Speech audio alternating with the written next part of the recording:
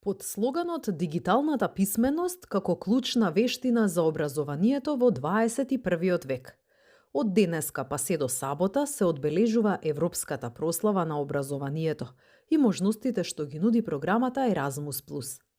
Преку предавања, презентации и примери од практиката, учесниците ќе имаат можност да се запознаат со значењето на дигиталната писменост како предуслов за квалитетно образование, да научат повеќе за новите алатки и методи за работа со ученици, а истовремено да стекнат европски искуства и добри практики.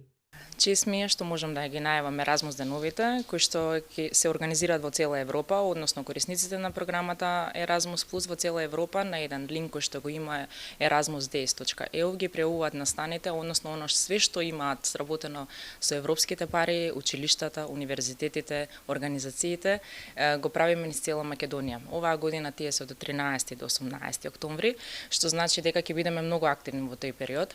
Националната агенција ќе присуствува на повеќето настани, односно програмските службеници ќе присуствуваат на повеќе настани низ Македонија кои што ќе ги организираат сите овие организации кои што се корисници на програмата.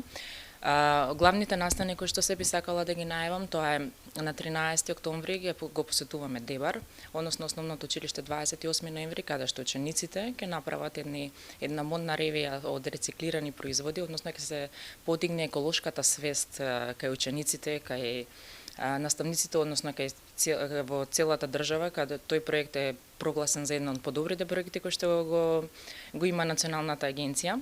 Вториот ден, значи имаме конференција, Еврогайденс конференција, тоа е една мрежа со која што управува Националната агенција.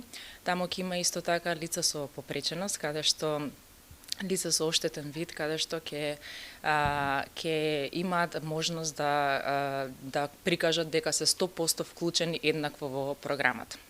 Третиот ден, кој што започнува во едно основно училиште во Скопје, ќе има кутија на спомени, каде што учениците ќе може да ги внесуваат и наставниците сите оние спомени, слики, фотографии и пораки кои што се прикажани за тоа што се случувало на мобилноста Erasmus која што имале во тој период.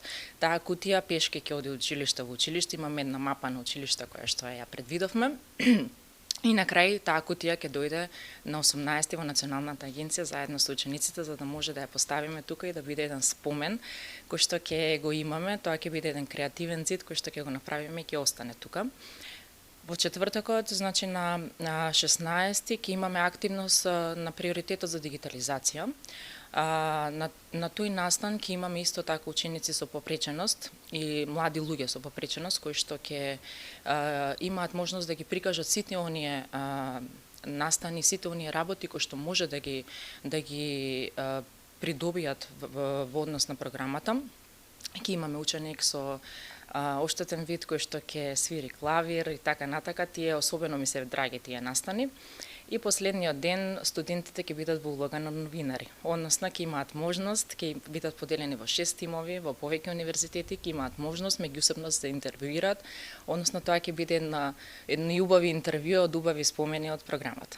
Целта на агенција во изминатиот период, агенцијата имаше малку турбулентен период, но во моментов агенцијата е тотално стабилна и воопшто работи со својот тековен след, што значи дека во овој рок последниот кој што беше, имаат аплицирано многу повеќе, голем процент на апликации, што особено ме радува, бидејќи тоа е доказ дека корисниците не ја губат довербата во агенцијата.